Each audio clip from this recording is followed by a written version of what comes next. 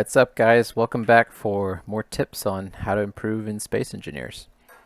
Today we'll be talking about projectors and why they are one of my favorite blocks to add fun effects to your builds. We'll start with the advantages that they have, followed by a few tips on their use, and then move on to examples of ways that you can implement them into the game. And with that, let's get started. So let's get into what the big advantages of this block are and what makes it such a good way to add effects to your game. The first one is transparency, and then being able to change it to any color. So basically you could have any color window, or at least the look of a window that you wanted. You could also use this as water, since that's not in the vanilla game either. And then as far as transparency, it works better with darker colored paint themes. You could also have it bright, so it could be a light source. If you just made this into a line of blocks, it could be some kind of a laser beam or an energy beam, or even you could turn it into a sign. So we've got transparency, brightness. It can be any shape that you can create with the blocks.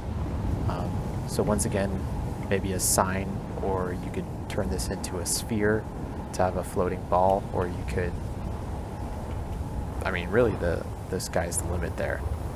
But we've got shapes, colors, transparency, brightness, and it has no collision. So you could have it coming out of the walls, or you could have it clipping into other things to make interesting shapes. And then the fact that it doesn't need to be supported by anything, it can just float in midair like this. When you combine all of those together, then there's really nothing else that compares to it. So then just jumping into just a couple of quick tips for how to use them. Well, big glitch there.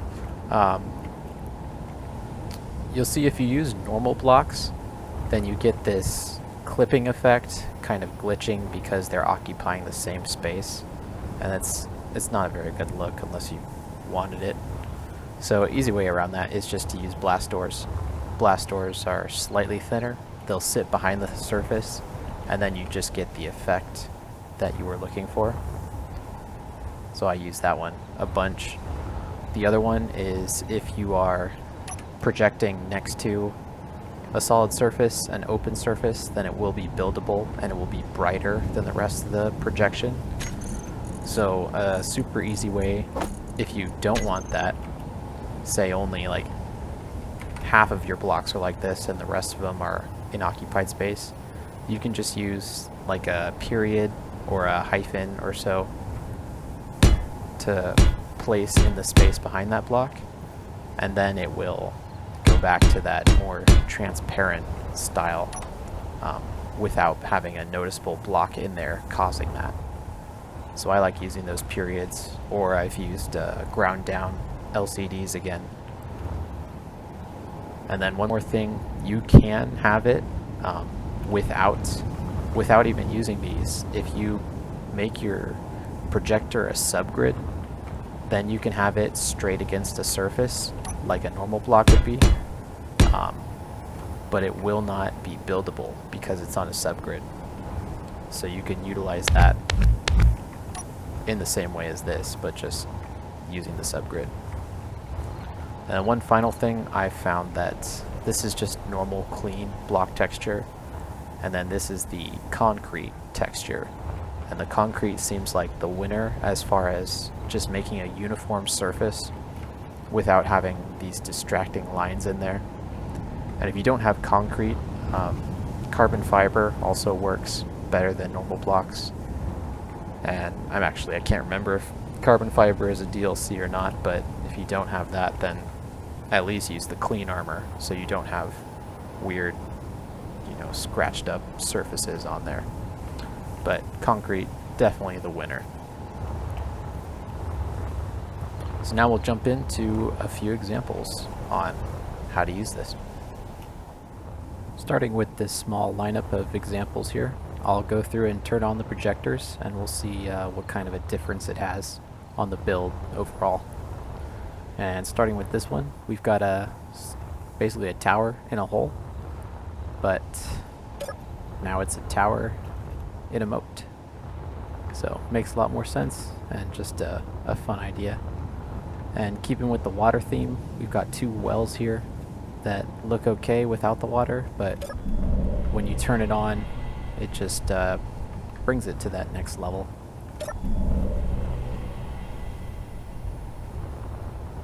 Moving on to a little machine gun emplacement. It's got this sunshade up on top, which is nice, but we can kind of turn it more into a camouflage net, which goes well with the kind of the scaffolding that those ground down text panels provide. And also, if you notice, these are small grids and they're inside a voxel. I will be putting it in a future video on how to do this. I'm just trying to figure out a better way than making you guys download one of my builds in order to do it. So I'll try and figure out if there's another workaround.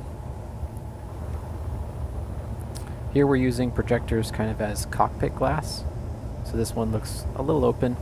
We could turn this on and give it a little more depth to it.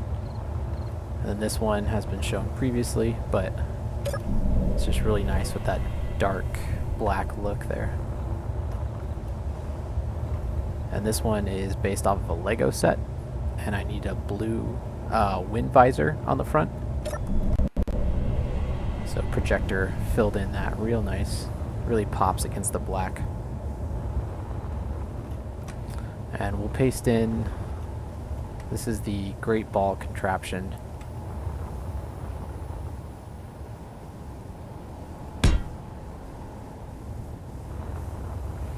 And just heading over here to our little basketball hoop. It was pretty good as it is, but I just wanted to add a net to it just to give it that little bit of extra, make it look real nice.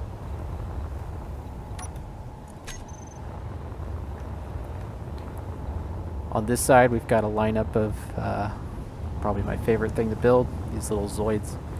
And usually the most interesting part about them is the face. And without the projector, you just wouldn't be able to do it. So nice glowing green eyes on this one.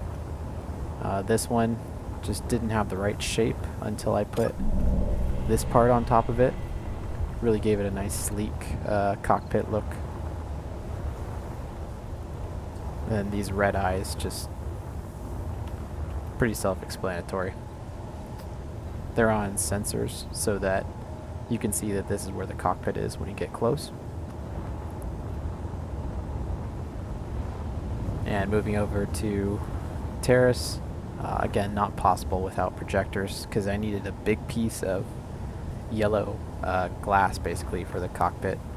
And this one is on a hinge, so it goes up and the controls go up when you get close, then they'll go back down.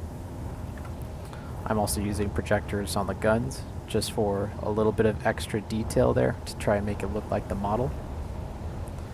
And then on this one too, the wings have projectors in them. There's actually 4 separate projectors in each part of the wing, so I can turn it on and they'll fill it in kind of like a little membrane. And then further on this one, for the targeting camera, I can project a ground down atmospheric thruster in front to make it easier to aim. And you can see where the missile is going to go looking through that, because this head doesn't line up with the body, so it just makes it easier. This guy has been shown, but you can see without the projector the shape is just not right. So we put that back on and just fills out the whole body. And once again with the wings here on this dragonfly, because they're kind of transparent in real life, and I really liked the effect that this one gave without having to add all the extra mess that the blocks would have. And we'll move on to some other uses. So what we've got here is a pirate ship game that I've been tinkering with for a couple of years. And you can see the whole board is supposed to be just a big piece of water, and then you've got little terrain pieces that sit on top of it, a couple little boats. But if we come over here and turn on the water effects, which is just a projector, and it's sitting on a rotor so that I could offset it from the board a little bit to give the water a little bit of depth. So you can see now it looks like the island lighthouse right here is actually kind of submerged. The islands are barely above the water, and the lower half of the holes are all in the water. And it just makes the whole thing more fun to work with. And then also on the ships, I'm using projectors as a range ring. So for this game, it's based off of Pirates of the Spanish Main, which is like a tabletop little pirate ship game. But each mast is one cannon, and then this is the range that that cannon can fire.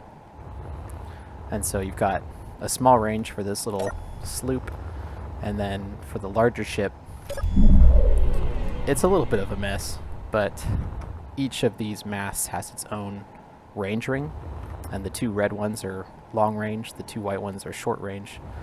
So you can see if the other ship is basically in your line of fire. So this one is not, but I'm also using a projector up here for the movement range, and this is how far the ship can move.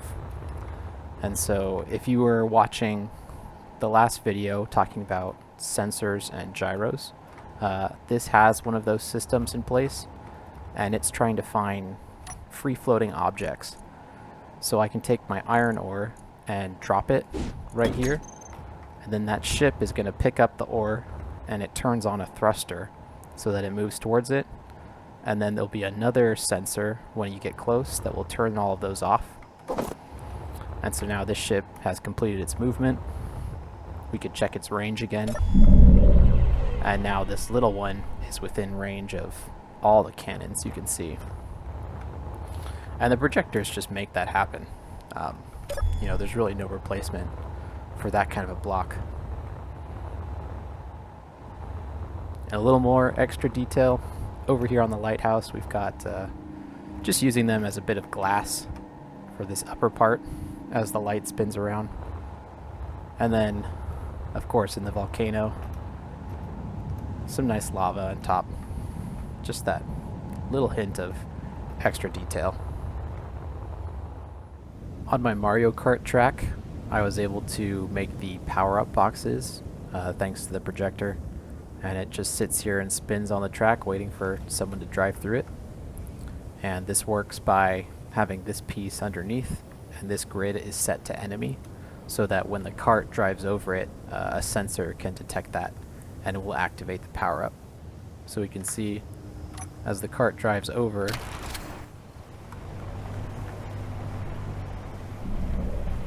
this actually activates 2 more projectors on the car, letting you know that your power-ups are available. And so now you could, say, press 2 and get the speed boost.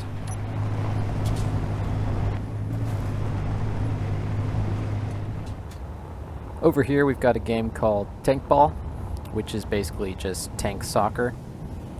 And I'd have finished this one a while ago, but the blast force from rockets was nerfed, so now when you shoot the ball it hardly moves at all. So I'm kind of just waiting to see if that comes back in the game. But I was using the projectors for the goals here, and it will detect when the ball touches it, and it will turn off. These little green lights will turn on, and that'll basically just let you know that a goal has happened. And then another use, a little more fun over here in the lobby. I put together this little miniature tank ball set, I guess, and it's also got the projections and the goals. And the little tanks themselves are projections. They are on pistons, so if I press this button, we can actually have a tiny little game of tank ball going on, which is, it's just too much fun to not try. And we can see how this one works. Going down through the floor here. And we've just got horizontal and lateral pistons for each one moving back and forth. And then, maybe even more fun, is right in the middle. There's a little fish tank with some projected half corners going around in circles. So I could put my engineer on the couch here, and then you've just got this nice little lounge with a fish tank to hang out in. And this is done, these are transparent LCDs with a blue texture on them, with these guys just swimming around, and I think this is a mossy texture on top of some blocks.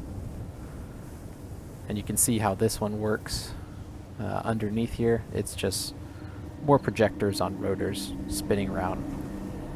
I had to stack them so that they all had the same, I guess, origin point for the circles, but it works out. Over here in the reactor room, I had a lot of fun setting up the projectors in the start sequence. So I'm using them as basically lightning and lasers over here. And we'll just watch how this goes. We've got the arms that fold down. There's a projector inside of each one of these. And then they spin, so it looks like kind of an arcing bolt. And they go in kind of a pseudo-random pattern. So they all look like they're charging up the center part.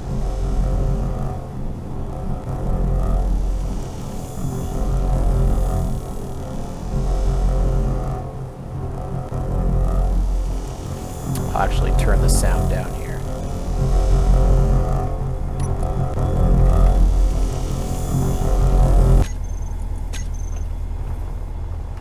So the idea was once it's fully charged up, then it has enough energy to spit out to these two, which are just some sci-fi ion thrusters. And then I have 6 different rings being projected. And then using that precise timer script, which lets me make the time delay really small, I put them in a pattern, so it goes this one, this one, this one, which makes it look like it's one ring that just goes outwards away from the center. So very fun, lots of animation things that you could do with them, and this just being one example of that. Moving on a little bit further into the base, on this side I am using it as kind of a energy core thing, and it comes out of a ground down jump drive right there. And this beam is actually on 2 rotors just to get it to spin extra fast. And if I grab the blueprint, you can see that I colored it light and dark, just because as it's spinning, it gives that nice effect, that two-tone kind of look.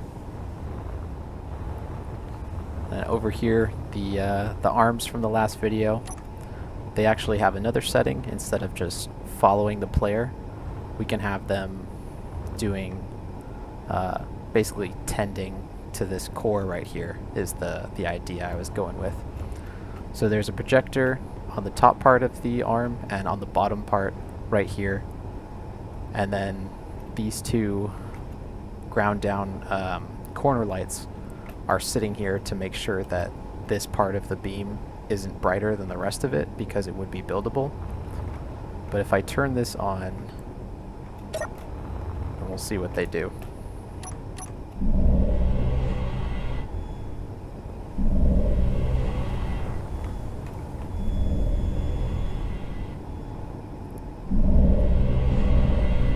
I'm just throwing a little bit of extra movement in there by having the arms spin around 180 and then having the projectors blink on and off, just to keep it from looking too repetitive each time. But they will continue working like this in a loop until I turn them off. And it actually really helps that the projector has that nice sound effect when it turns on too. And over on this side, pretty simple in use, but it had the look that I was going for. In the door here, I'm just using a single thing of blast doors all the way around in order to get that glow. But over in this room, there's one more beam, and the idea behind this room was kind of a platinum synthesis, I guess is what you could call it. And the beam right here is to distract you from the fact that there's an ejector underneath these text panels, and it's going to spit out a piece of platinum on there.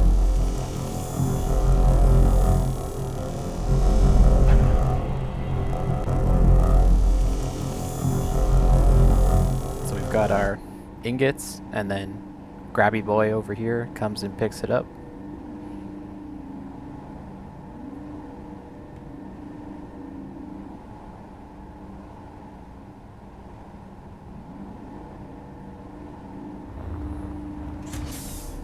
And he's just gonna drop it in this box.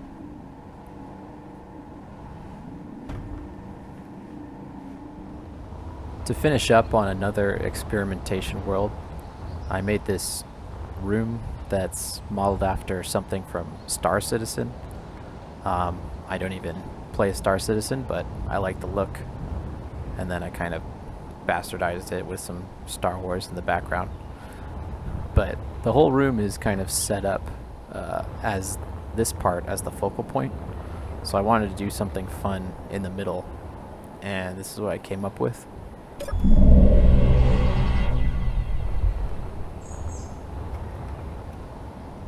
So we've got 3 separate planets orbiting around this central sun.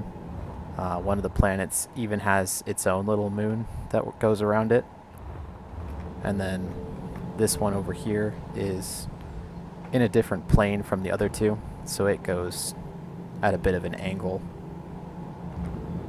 And then even the screens down here, just to kind of fill out the look and go with that blue glowing theme. And we can see how this one works. If we go to Spectator underneath, this would be the large planet. And since this is a 2x2 sphere, and I need it to be centered on a 1x1 block, so I put it on pistons. And then we have the planet that's going at an angle. This is pointed directly at the middle of the sphere. And underneath, this is the one that has its own moon that circles around it. So I just had to clear out enough space to give that one basically clearance to do that.